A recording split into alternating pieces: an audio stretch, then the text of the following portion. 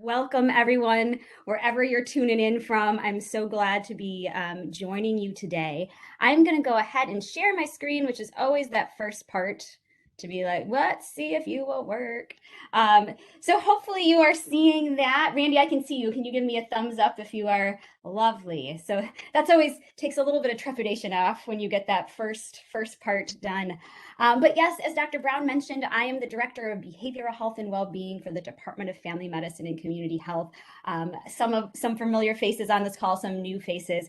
I'm a psychotherapist by training, was practicing at one of our residency clinics for going on 12 years before I got to focus on some of the stuff that brings me to your way today.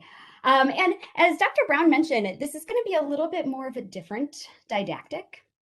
And maybe, I hope at least for me, using our I statements, a needed didactic, because this is going to be about you and for you as the healer, for you as however you're showing up to support folks in your world. This is going to be for you. And yes, you can use some of the things we talk about with the folks that you support as well for your patients. But first and foremost, our next time together is about us taking an exhale and us practicing the pause. And so I thought we would kick it off by taking a moment to settle in. So often we don't. We run from meeting to meeting, place to place, exam room to exam room, and we just are running. And so now I'm going to start us off by just taking a moment to settle. And so the first thing I like to do when I am arriving is to find a way to ground myself physically to this space. So if you're seated and if it's available for you, just taking a moment to notice your feet connected to the earth beneath you, to your floor. Just noticing that sensation of your feet connected to that floor right here, right now.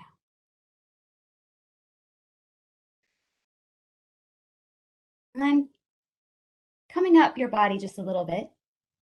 And if you're seated, noticing your seat connected to that chair beneath you. That support in this place, in this moment.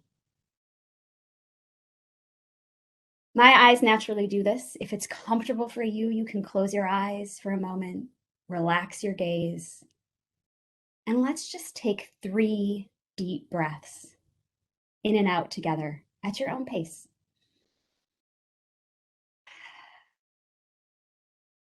Just letting yourself breathe.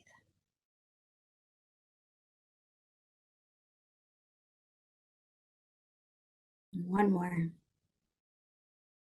maybe just giving into that exhale a little bit.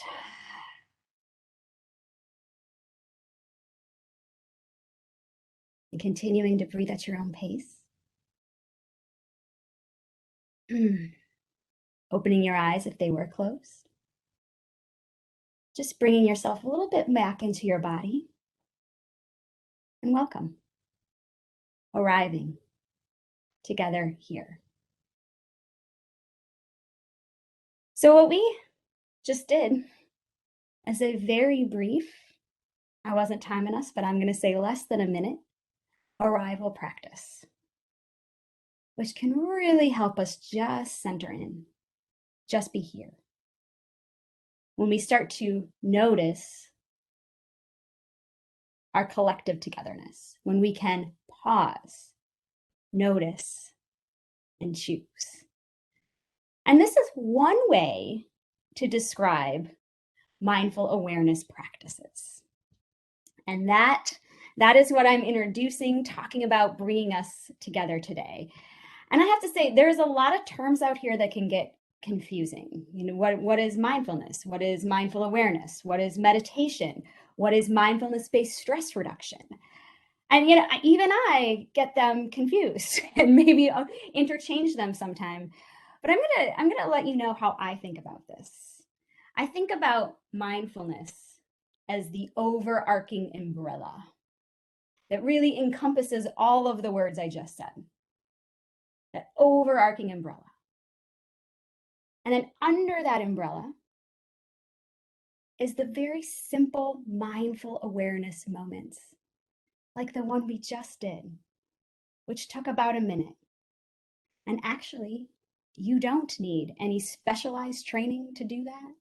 You can start doing that with yourself, really focusing on that breath when we need it. You can start doing that with your patients right away. And we do it naturally. This occurs to us naturally.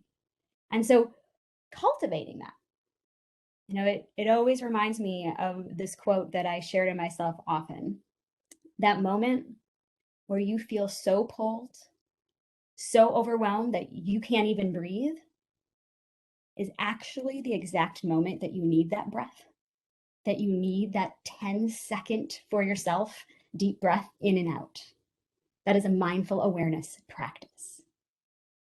And then under this umbrella of mindfulness, there is also more formalized practices. I'm assuming there's some folks out there that have more formalized practices, more meditation, which is one form of mindfulness, but certainly not the only form. But maybe that's a loving kindness practice, or maybe you do more traditional Zen work and doing sits. This is all under that umbrella too.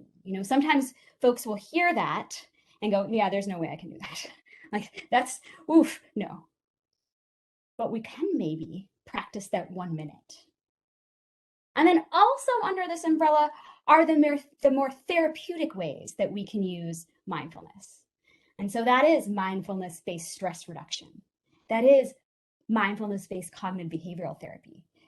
As a therapist, that is a lot of ACT, where we use a lot of mindfulness practices as the basis of that. And for those specific varietals, you do need more training and a specialized training, working with a therapist or a mindfulness instructor. But for today, what I want to bring to you is those mindful awareness moments, just that little bit. And so, as I mentioned, this does occur for us naturally. We have moments where we really feel like, wow, I am in the present. I am here. I am noticing this. And I love to think about that. Yes, we cannot change everything, but to make changes, we do have to notice.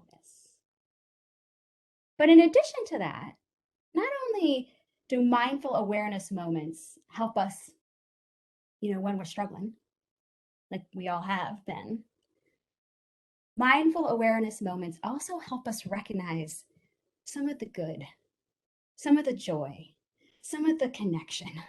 Because I always think about this, and I can't remember who said it, but the tough stuff is kind of like Velcro. It's there, it sits, I feel it, and I'm carrying it, and I'm carrying it, and I'm carrying it. And actually, some of these practices can help us sort of unvelcro ourselves a little bit. But the good, the joy, the gratitude, the connection, sometimes that's more like Teflon. And it's not like that we don't experience, but it's kind of gone right away, and it's tougher to hang on to. And these practices can also help us do just that. And so I have a story I want to share here about a really good friend of mine, an example of these mindful awareness moments that happen naturally and helping us connect with our joy. So one morning, it was pretty early in the morning, I want to say it was about 8 a.m. She gives me a call and she says, Julia, I am having the best morning, like really the best morning. And I was like, it's 8 o'clock. Like, what has happened for you? And so this is what she tells me. She's like, well, I had a little bit of extra time before I needed to be at work. And so, there's this bowl that I got, and I just really love this bowl. It's blue. It's one of my favorite colors. And I just, I decided I'm going to eat my oatmeal out of this bowl. And she got it off the shelf and she's like, I'm going to use this spoon that I really like. I love the silver on it. It's pretty. And I'm going to do that. And yeah, I'm going to make my oatmeal like I eat usually, but I have some dried cranberries I can add to it. And I have some walnuts I can add to it. And she told me that she put it together and she just took this moment, kind of the aromas and the bowl and all of our senses. And she said, in that moment, just for that little bit of moment, I felt like everything I needed is right there. Now, little story about my friend. I have also seen this gal eat oatmeal from the packet in a car. Do not recommend that. But clearly, it's not the oatmeal that was like bringing her this experience, right? It was the way she paid attention to it, the way she paused, the way she noticed with all of her senses, the way she made room for that joy and really kind of hung on to it for a bit, the way she did just this. So, this is a definition of that overarching umbrella of mindfulness. Many folks may recognize this definition. This comes from the work and words of Jon Kabat-Zinn, but that mindfulness means paying attention in a particular way, on purpose, in the present moment. Here's where I, shift this up a little bit. Sorry, John. As non-judgmentally as possible for you, because this isn't easy stuff. And sometimes we judge, and sometimes we judge ourselves. I know I do. But this last piece, which is really important, with compassion, with kindness. Whatever is in your pause is okay. Maybe that's this joyful oatmeal. Maybe that's stress. Maybe that's a feeling of overwhelm. Bringing that compassion to the pause, not trying to change it or fix it or solve it, which I know are words as clinicians we like and as folks that are trying to support others, but just be with it. This is really one of the superpowers of mindful awareness in mindful awareness practices. And so I have to say, and we talk about this, that this is a practice. Yes, those mindful awareness moments occur naturally for us, but often they don't, and it's difficult. And even when we came together and we did that arrival practice, for some folks out there, we might have been like, what is she doing? How long are we doing this? And we find that pause can be difficult. Certainly is for me. But this is why we call it a practice. Just like piano, had I practiced it, I would have actually got better at it. And I can tell you, whether this is a mindful moment you're giving yourself, or you have more traditional, actual seated practices in the meditation realm, this starts to develop. We work this muscle. Our brain responds to this, even when it's our brain saying maybe like, nope, nope, nope, busy, busy, busy. Really, when we can feel like that, the human on that part of the slide that's got so much stuff going on, that pause, practicing that pause can give us space. And now, one thing I want to say, I'm going to just, let y'all know from the get-go, as much as I practice this, I don't know if I have ever gotten to the point where I'm, 4 flowers in the sun. That is just not my brain. There's lots going on all the time. I am much more like the other thought bubble we see over here. But mindfulness and mindfulness practices isn't about that. It's not about necessarily having to change all this that's going on. That might happen for you. And then, wow, embrace that. But one of these parts of these practices is simply noticing it. Noticing, woo, my thought cloud's cluttered today. Woo, there's a lot of thinking up there. There's a lot of feeling up there. And I'm just going to notice it. I'm just going to let it be there. And if I can, and those of us maybe that are ACT practitioners out there, acceptance and commitment therapy, we feel this, maybe I make a little space for it. Maybe I can separate myself from all that thinking. Maybe I can slowly separate myself from all that emotion. And in that pause, noticing will help me have different choices. Oftentimes it's we think, we react. We feel, we react. But in that pause comes that ability for choice. Not all the time. Like I said, this is a practice. We're humans.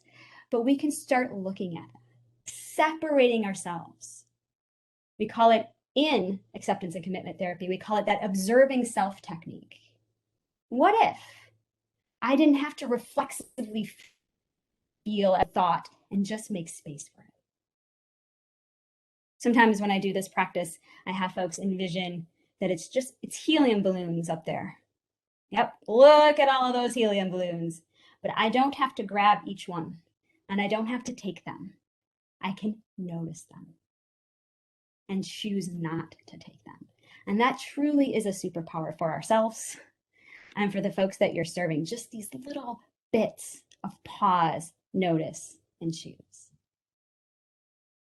So, like I said, this does happen for us naturally without even having to practice it. There are times where we will find ourselves more aware, more centered, more calm. And what I'd love to do right now for a moment is I'm going to stop sharing my screen if that will allow. But I would love to hear that from you, and you can throw that into chat if you'd like, or if anyone is willing to come off mute and share some words in stream. But I would love for folks to think about, okay, when does this actually happen for me? When am I, for myself, at my most aware, centered, and calm? Anyone willing to put that out there? I can. Running with my dog. Running with the dog, Randy, thank you. Yes, yes. And Amy. I was honestly going to say, I think running in nature. So with Randy. I'm not actually with Randy, but running similarly. You could be running together, yes, but like getting in nature, being with our loved ones, our pets and our loved ones, yes. Anyone else? Taking the time to notice a sunrise or sunset while commuting. Yes, Sheila, right? It happens every day. Oh yeah. Yeah, Oh, yeah. right? How often do we actually take that pause to notice it? How often do we feel too busy to do that? And I have to share with this audience too something that I heard lately, and it just kind of like blew my mind a little bit. And that is, we don't earn rest. It's part of the process. And I was like, what? Like, for those of us that are fairly, do, we don't have to earn it. It is part of the process to give ourselves this pause. Rest needs to be built in. It's not something you only do if. It's part of us. And, we need this in the world that we work in and in the folks that we show up for.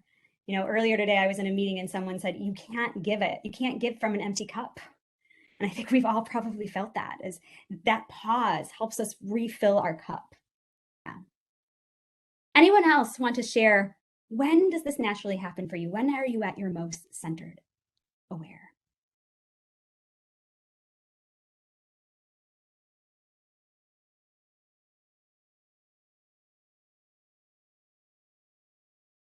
Snuggling with your kids at bedtime. Thank you. Yes. Yeah, I was gonna say something similar. Just like the last moment before stepping out of my daughter's room and just like giving her a kiss on the forehead before saying goodnight. Like that moment right there. Absolutely. Those powerful moments that keep us going. Anybody else? I'll give one more moment if anyone would like to share.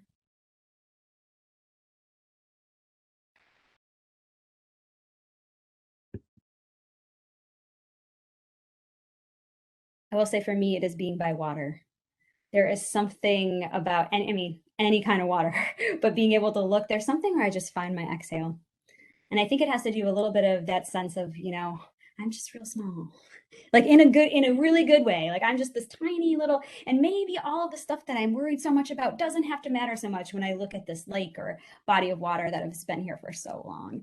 And that can be such an helpful feeling. And what I want to highlight from this discussion is that mindful awareness can look real different. And so if you're working with some of your folks and they're a little resistant to it, mindful awareness is not meditation. Again, going to that umbrella, right? It's one of our ways to mindfulness as a more traditional meditation, but there are lots of different ways. And so I have to share this story about just this lovely, feisty person that I had the privilege to work with. And this person was in their late 70s, early 80s, coming in never had done therapy before. This was their first time in therapy. And this person sits down to me and they're like, all right, I'm going to give this a shot. But I tell you one thing, I am not doing any of that meditation crap. And actually, this person didn't use crap, but I'm cleaning it up a little bit for this audience. And I was like, yeah, no, yep, okay. Way to set that boundary up front. I hear that. So, yep, get it. And then this lovely person went on to tell me that, but what they do is every morning since they were in their 20s, they get up and they chop wood. It's the way they start their day. They live on, a little of land, and forestry is really important to this person and their family, a history of that. And this person was really, really, sort of proud that they have their own bit of land that they caretake. And yes, the wood chopping has looked different through this person's years, as now this person's in their late 70s or 80s, but every morning before they do anything else, they get up, they go to their woodshed, and they chop wood. And so, like any good therapist, I said, tell me more about that. And they said, yeah. And what happens is I'm just sort of there. Like I'm just in the present moment, paying attention on purpose and just fully focused. And I was like, And I certainly did not say, well, that is mindfulness, right? But it absolutely is. And so as we're sharing these different ways of looking at that, of finding the pause and practicing the pause, you may find it is running. You may find it's, I had to hold back to be like, oh, they do that in Zen tradition. But I was like, oh, nope. Chopping wood is your form of mindfulness. And it is what's kept you going for so long. That starting that day is so important, so needed. Really quickly, to your point, Julia, everything you're saying is I'm just sort of connecting this in my addle brain for the first time. There's a thing within addiction medicine that frequently gets referred to as urge surfing. So sitting with the craving on purpose, yes, non-judgmental, yes, it's mindfulness, but they've just kind of tacked this term to it that maybe makes it feel more accessible to the population, That absolutely is a form of mindfulness. And actually, Vinny and I, it's not our first show together. And I remember Vinny and I have talked before about, we do have to stop making this feel sort of like esoteric and out there and like, and I think sometimes it gets a bum rap about that, but no, that absolutely is a form of mindfulness. That we can start bringing this in. And even some of my patients that I work with are like, I'm not doing that. But we could find ways that they are doing it. And the benefits of it, that's actually a really good segue, thank you. The benefits of mindful awareness practices in however you're doing it. I also want to honor the folks out there that are really doing more traditional meditation. I have an amazing friend who does a 45-minute sit every day, part of her practice. That is not going to be me, and that's okay. But there are the benefits of doing formalized practice and doing these little bits, urge surfing. The benefits are the same. And I'm going to tell you, this is a busy slide, but I'm going to tell you a little bit about some of the research highlights. And actually, I want to start out, and I'm not going to name names because I don't want to miss anyone, but the more, I teach about this, the more I speak about this, the more I present on this, I have to say the University of Wisconsin is some of the cutting edge research here. Almost all the time, I get to use one of my colleagues' studies, use something that happened out of the University of Wisconsin. So I just want to give a little shout out here that we are some of on the leading edge of doing some of this research of how being mindfulness, that really large umbrella, affects our holistic head to toe, heart, mind, soul health. And so that's actually where I want to start. Is I don't want to start in the clinical realm, but we will talk about that. I'm just going to start about it all as humans. As I talked about today, this is not going to be specifically for your patients. In fact, this is for you for the most part. And you can use this with your patients. But what we know is finding those moments to pause, simply notice, not trying to change, as Randy talked about, just be with, and then maybe choose a way that I can do something different. That is incredibly helpful in navigating healthy stress, anxiety, feeling overwhelmed. All of these emotions that I will say are healthy, they're just hard. They're rational. They make sense. You know, if like, are we overwhelmed in healthcare? Yeah, look what we have lived through in this last 2 years, longer. These emotions are not irrational. They're just hard. And actually, the healthy way is to feel them, is to make space for them, is to find ways to separate ourselves from wearing them every day, but not blocking them, not pushing them away, making space for them. And really, in looking at, a lot of the research I've been looking at too, at moral injury and burnout, this is also a way for us not to put a band-aid on it, not to force a fix, because that's going to take longer. And I think we know we need it. But how do I honor it with compassion? This isn't just me. This is a system that is working against me. Even saying that out loud can bring a breath when we start to be next to it. But like I also mentioned, these practices can help us be next to the good that we're missing. Now, one of the most researched forms of mindful awareness are flow states. Flow states are a form of mindful awareness. When we, in a flow state, many of us have experienced that. A flow state is when you are so focused, you are engaged enough that you're activated. You're not engaged so much that you're overwhelmed, but you're not bored either. You're just in this state of like, I'm getting this done. And I'm interested, and this is motivating me. This is the time where suddenly 2 hours has gone by and you've been doing this. It's often really attached to our meaning, aspiration, and purpose. It's something that is just keeping us in it. A flow state is a form of mindful awareness too. And this is also where we can start practicing that compassion. Also a practice. Yes, sometimes it's very available to us, and sometimes it's not. And that's okay. Sometimes it needs practice, just like anything else. And what I will say, and a lot of the research by Dr. Kristen Neff supports too, it is often easier for us to put that compassion out than it is for us to bring that compassion back in. And that's the part that sometimes needs the practice. Can I be kind to myself? Can I allow myself space? Will I actually give myself time to look at that sunset tonight? Maybe there's an unofficial assignment from this talk is everyone, let's give ourselves time to actually watch that sunset tonight, no matter where you're at. I also do want to mention the clinical impact. I know we have many clinicians with us on the phone. We also have many of us who just support humans. And what we do know is that mindful awareness, mindfulness, can be incredibly helpful for those that are struggling with depression, anxiety, substance use and misuse, trauma, sleep disturbance. And I think we can hear that, right? We even hear, and that ability to pause, notice, maybe add in some compassion in that noticing, and choose. Not trying to force or fix or change. Maybe even noticing enough to recognize there's a craving here, or recognize that that is a rational negative self-talk. And maybe I can't change it at this moment, but I can notice it and separate myself just a little bit.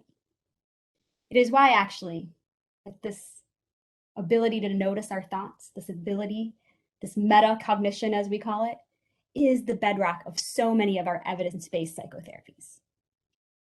These little nuggets that we're doing today, you can do anywhere with anyone starting right after this call. And the benefit is here. And so I want to really bring this home with this quote. And this is Rollo May, that between stimulus and response, there is a space.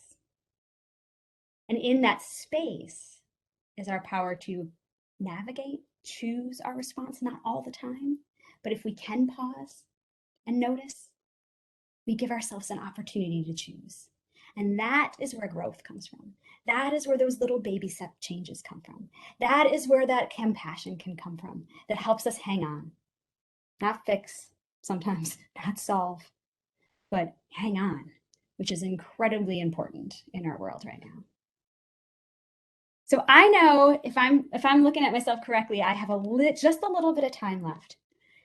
And so what I'd like to do before I open up for some questions is to lead us in just a little bit longer of a practice. So we're going to do a practice together. It's still going to be real brief. And then I'm going to maybe open us up to just some thoughts and reflections after. But let's take a moment to pause and notice and choose. So similar to how we started, take a moment to ground yourself, whatever that might be for you. That physical sensation of your feet connected to the earth beneath you.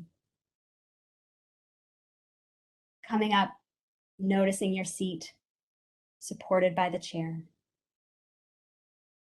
Maybe even letting yourself take a shoulder roll.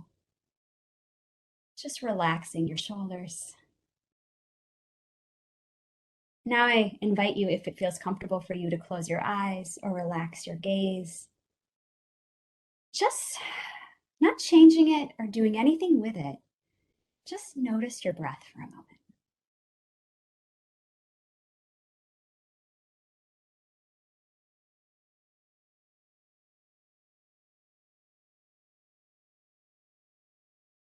Just pausing and noticing your inhales and your exhales.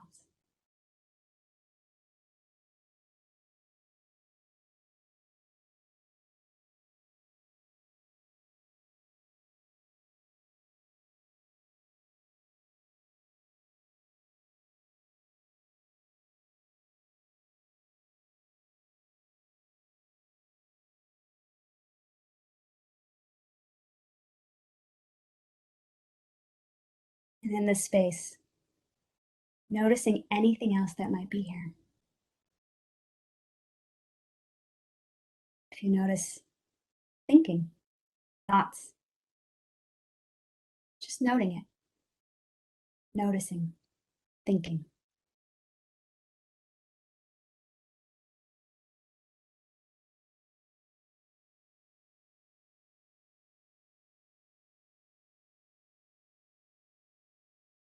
If you notice emotions, feelings, simply noting them, not changing them, not fixing them, just noticing, not getting more of them. Just notice.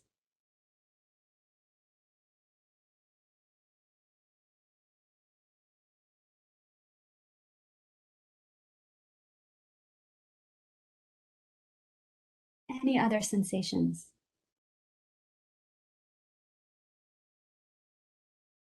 Just noticing and coming back to focusing on your breath.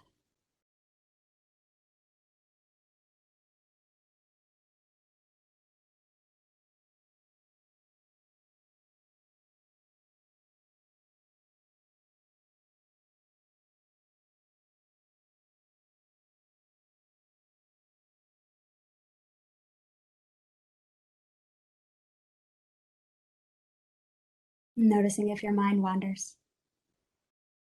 That's okay. That's what minds like to do. Just noticing. Letting yourself in this moment be just as you are.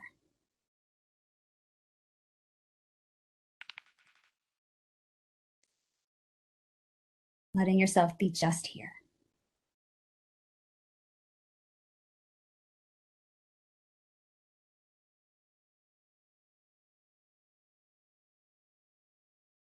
Letting yourself be enough in this moment. There's nowhere else you need to be right now. There's nothing else you need to do right in this moment. Just be.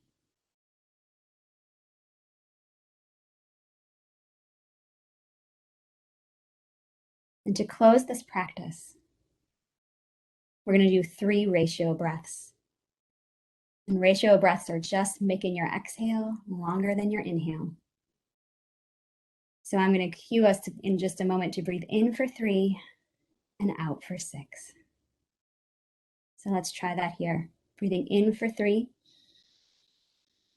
and out for 6.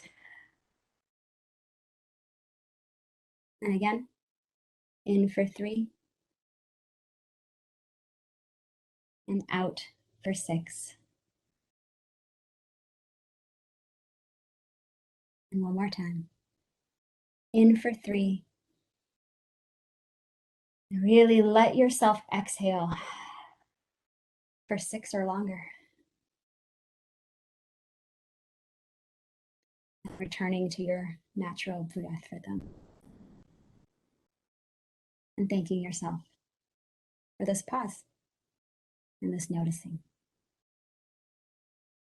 When you're ready, I invite you to open your eyes if they were closed. I always like to just bring a little bit of movement back into my body, however that feels comfortable for you.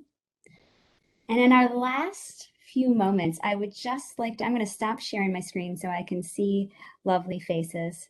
And what I'm just going to ask is if there's any reactions. You'll have access to my email at the end of folks, but just questions, comments, reactions about that practice. And I want to honor that all reactions are welcome here. If you were like, that was hard. Yes. My mind was racing. Yes. But I'd love to hear just maybe from a couple of folks what that was like.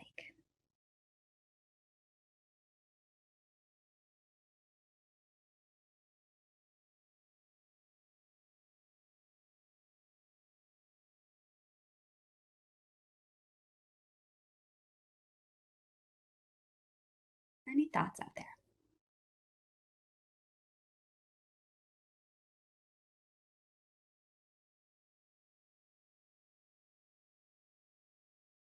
Julia, one of the things that I had noticed was that a little bit of sleepiness started to show up, kind of a few minutes into the practice.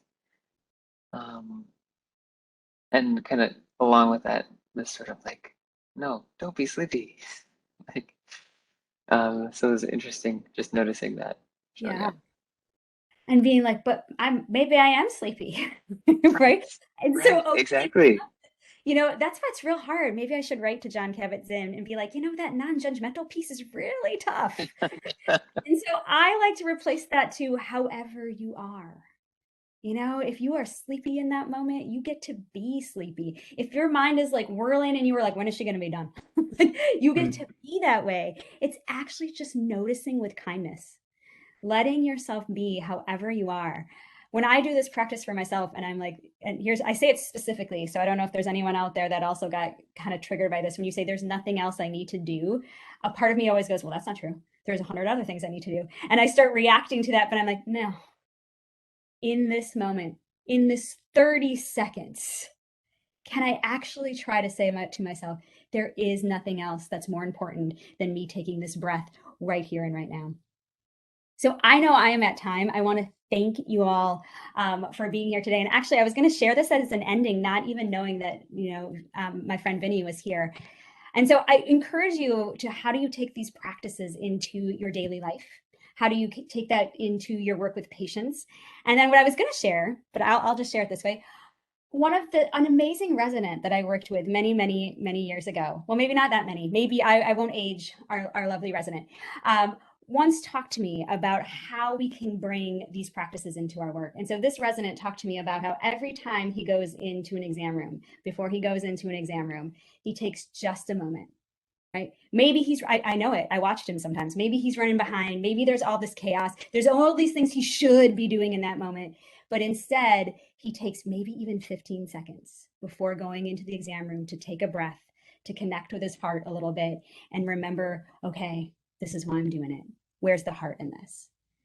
Maybe even less than 15 seconds. Now that resident may or may not be on this call right now, but it is a way that we can bring these mindful moments into our day-to-day, some of that stealth breath, stealth resiliency work that we all need.